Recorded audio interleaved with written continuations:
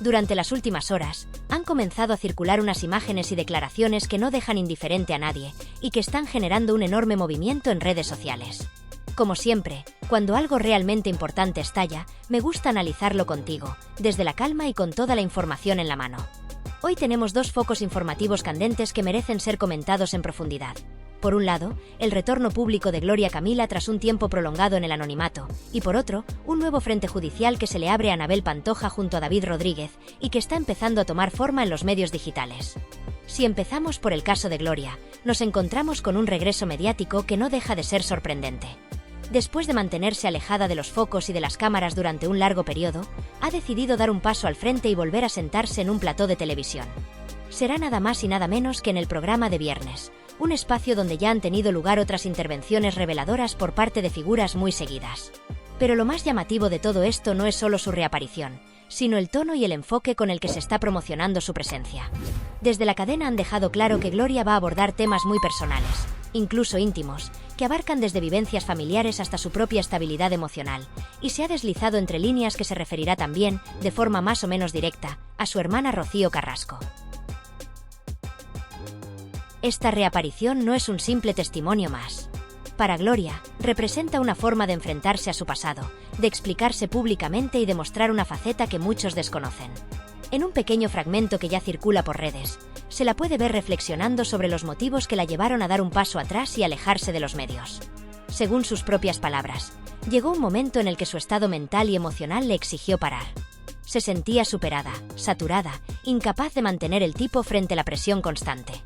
Reconoce que es una persona muy emocional, profundamente sensible, y que durante mucho tiempo intentó soportarlo todo con entereza, pero que no siempre fue posible. Lo más revelador de este avance es cómo narra esa desconexión. Cuenta que estaba permanentemente obligada a estar a la defensiva, que sentía la necesidad de protegerse del juicio ajeno, de los titulares y de las críticas. Esa presión la convirtió en alguien reactiva, a veces incluso impulsiva, como ella misma reconoce. Pero más allá de eso, nos deja entrever que detrás de esa aparente fortaleza hay una persona profundamente herida, con muchas batallas internas y con un historial de vivencias que la han marcado desde niña. Uno de los pasajes más duros que comparte tiene que ver con la transformación que sufrió su vida cuando su padre fue ingresado en prisión. De un día para otro, su realidad cambió por completo. De vivir bajo el amparo de una figura paterna pasó a tener que rehacer su vida junto a otros familiares, con la enfermedad de su padre sobre la mesa y con un entorno completamente desestructurado. Explica cómo, siendo apenas un adolescente, se vio en la obligación de asumir roles de responsabilidad, de madurez forzada, de sostén familiar. Ella misma lo describe como tener que ser la cabeza de familia sin estar preparada para ello. Una frase que, sinceramente, lo resume todo. Mientras todo esto se va desvelando, hay un detalle que no pasa desapercibido para quienes seguimos de cerca estos temas. En la promoción del programa, el equipo de Viernes ha optado por referirse a los hermanos de Gloria sin mencionar explícitamente a Rocío Carrasco. Utilizan la palabra todos, sin señalarla directamente. Una elección que, como era de esperar, ha levantado suspicacias. ¿Por qué evitar nombrarla si sabemos que será uno de los temas más sensibles de la entrevista? ¿Hay algún tipo de línea editorial o intención detrás? Lo cierto es que la mención implícita deja entrever que Rocío estará muy presente en el discurso, aunque no se diga su nombre al principio. Y aquí es donde empieza lo realmente preocupante. A medida que se han ido publicando estos adelantos, las redes sociales han comenzado a encenderse.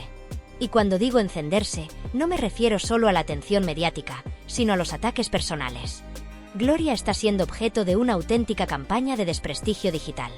Se están compartiendo capturas, vídeos recortados, comentarios sacados de contexto y todo tipo de contenido destinado a minar su imagen pública. Lo más grave es que muchos de estos mensajes ni siquiera analizan lo que ella ha dicho, sino que se centran en cuestiones personales o físicas, lo que vuelve a poner sobre la mesa el problema del odio en redes. En medio del huracán mediático que se ha generado en torno al esperado regreso de Gloria Camila y todo lo que este supone en cuanto a sus declaraciones, vivencias y las heridas familiares que podría reabrir, no podemos, bajo ningún concepto, dejar de prestar atención a otro frente que ha vuelto a agitar la actualidad con fuerza.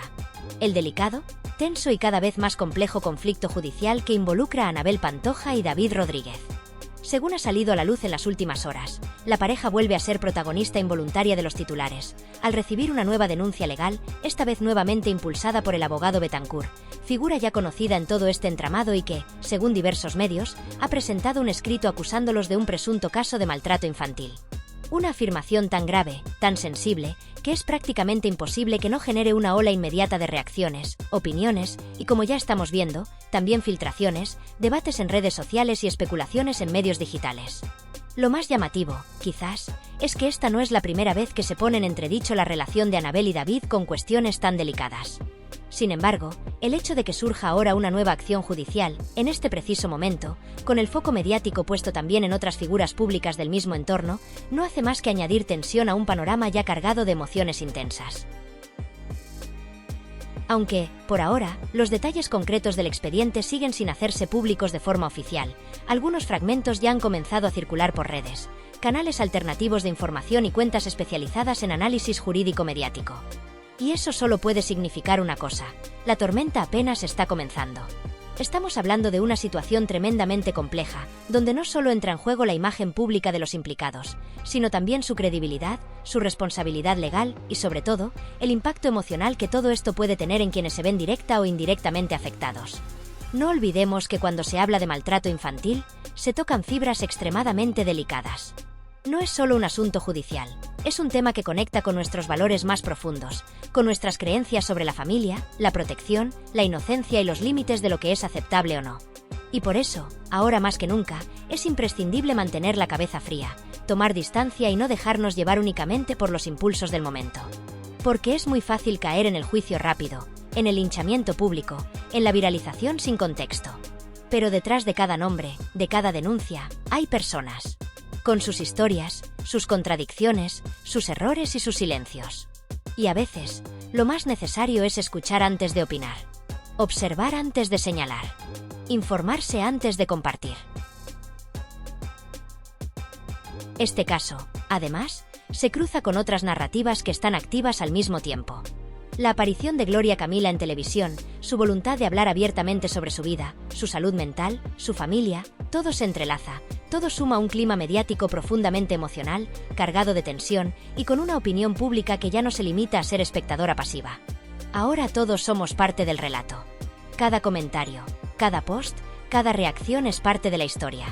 Y como creador de contenido, como comunicador y como alguien que intenta ir más allá del simple titular, quiero hacer una pausa aquí. Quiero dirigirme a ti que estás viendo o leyendo esto. Porque tú formas parte de esta comunidad que no se conforma con lo superficial. Tú eres de los que escucha antes de juzgar. De los que busca comprender el fondo de las cosas, no solo el ruido de la superficie. Y eso tiene mucho valor. Este vídeo, este análisis, no busca convertir este tema en morbo ni alimentar el espectáculo del escándalo. Busca aportar contexto, matices, una mirada más pausada en medio de tanto vértigo informativo. Aquí no venimos a decirte qué pensar, sino a ayudarte a ver lo que a veces no se muestra. A detenernos en lo que otros omiten. Porque detrás de cada historia hay otra historia más profunda. Y eso merece ser contado con respeto. Si llegaste hasta aquí, de verdad, gracias. Gracias por tu tiempo, por tu atención y por formar parte de esta comunidad que, poco a poco, construimos entre todos. Aquí no solo compartimos noticias. Aquí reflexionamos, aprendemos, nos cuestionamos. Porque entender el mundo en el que vivimos no siempre es fácil, pero sí necesario. Y si lo hacemos juntos, es más llevadero. Me gustaría mucho saber tu opinión sobre todo esto. ¿Crees que Gloria hace bien en romper su silencio ahora, en este contexto tan cargado? ¿Consideras que su testimonio puede aportar claridad o que podría incluso avivar aún más los conflictos familiares ya conocidos? ¿Y sobre el caso de Annabel y David? ¿Estamos ante una denuncia que debe tomarse en serio desde el primer minuto? ¿O crees que forma parte de una guerra mediática donde las acusaciones se utilizan como armas? Te leo con atención en los comentarios. Siempre desde el respeto, porque sé que esta comunidad es distinta. Es madura. Tiene criterio. Y aunque no siempre estemos de acuerdo, sabemos cómo hablar sin agredir, cómo compartir sin imponer, cómo debatir sin dividir.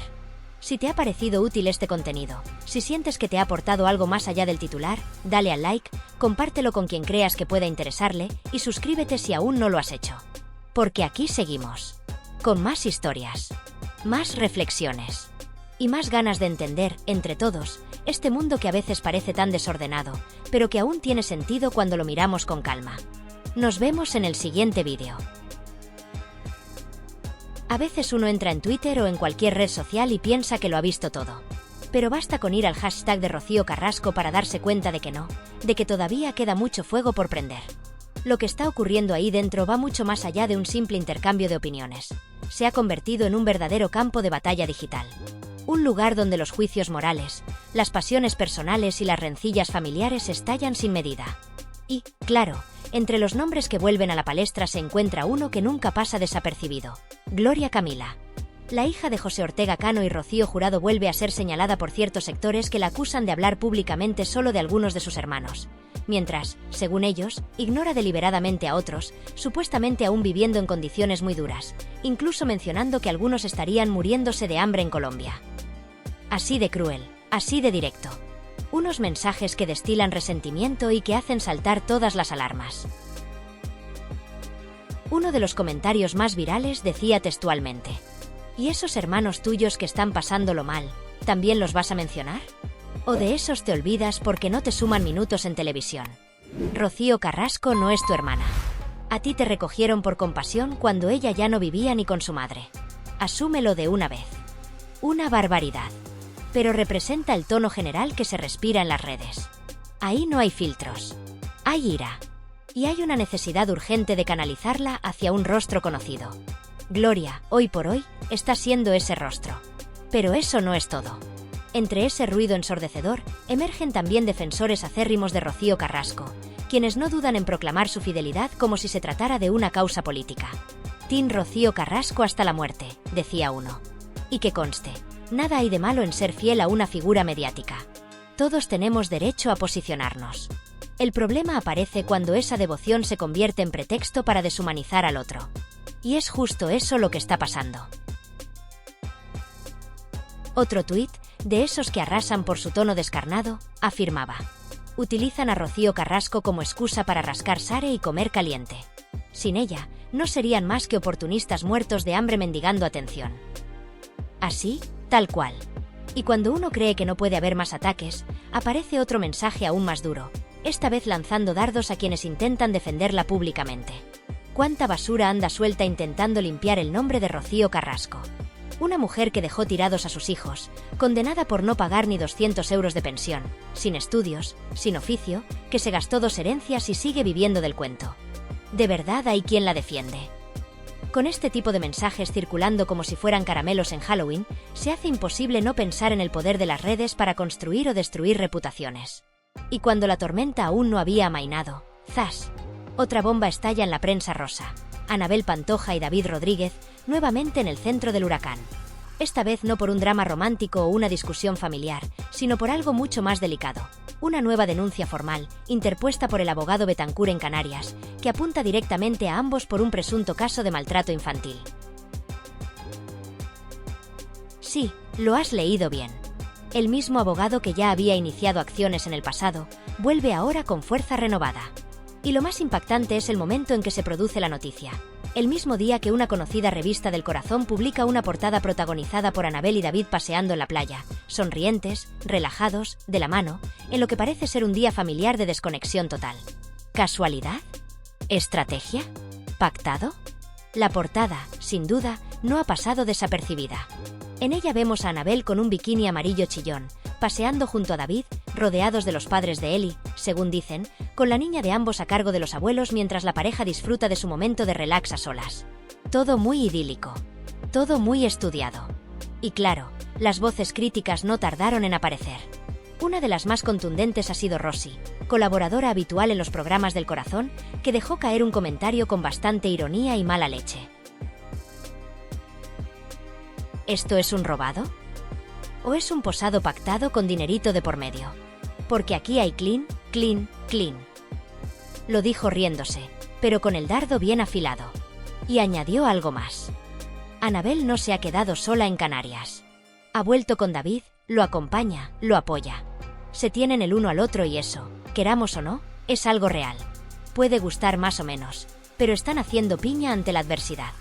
Otra cosa es cuánto durará esa unión, que ya veremos. Mientras tanto, hay quien señala que la suegra no tiene precisamente una relación fácil con Annabel y que eso añade otra capa más de tensión al asunto. Porque una cosa es la imagen que se proyecta en portada y otra muy distinta lo que realmente ocurre en los pasillos de casa. Pero ojo, porque hay más. Lo que ayer finalmente se confirmó no debería sorprender a nadie. Era algo que, aunque muchos se resistieran a aceptar, llevaba tiempo gestándose en silencio, oculto tras apariciones públicas cada vez más escasas y bajo un manto de indiferencia cuidadosamente disimulado. El distanciamiento entre varios de los miembros del clan Moedano Ortega ya no es solo una intuición, es un hecho consolidado. Se ha convertido en una verdad dolorosa, sí, pero innegable. Una familia que, durante décadas, fue símbolo de tradición, de espectáculo, de presencia constante en la vida pública, hoy se muestra completamente fragmentada, como una vasija que se rompió y a la que ya nadie intenta pegar los pedazos. No hay visitas. No hay llamadas. No hay siquiera gestos formales. Lo que antes podía parecer un conflicto puntual o una diferencia de opiniones entre hermanos y primos, ahora es un muro infranqueable. El silencio ha sustituido al diálogo. La distancia ha reemplazado a la costumbre. Y lo más revelador es que ya ni siquiera parece haber voluntad de reconciliación. En las pocas ocasiones en que coinciden en algún acto público, más por protocolo o por compromisos que por voluntad real, lo que se ve es tensión, frialdad y, en muchos casos, miradas que simplemente se esquivan. Lejos quedaron aquellos años en que el apellido era sinónimo de unidad, cuando las cámaras captaban abrazos, risas y declaraciones conjuntas. Hoy, la imagen que proyectan es la de una familia rota, que ya ni siquiera intenta fingir lo contrario. Y esto, aunque pueda parecer un simple asunto del corazón de la prensa rosa, va mucho más allá.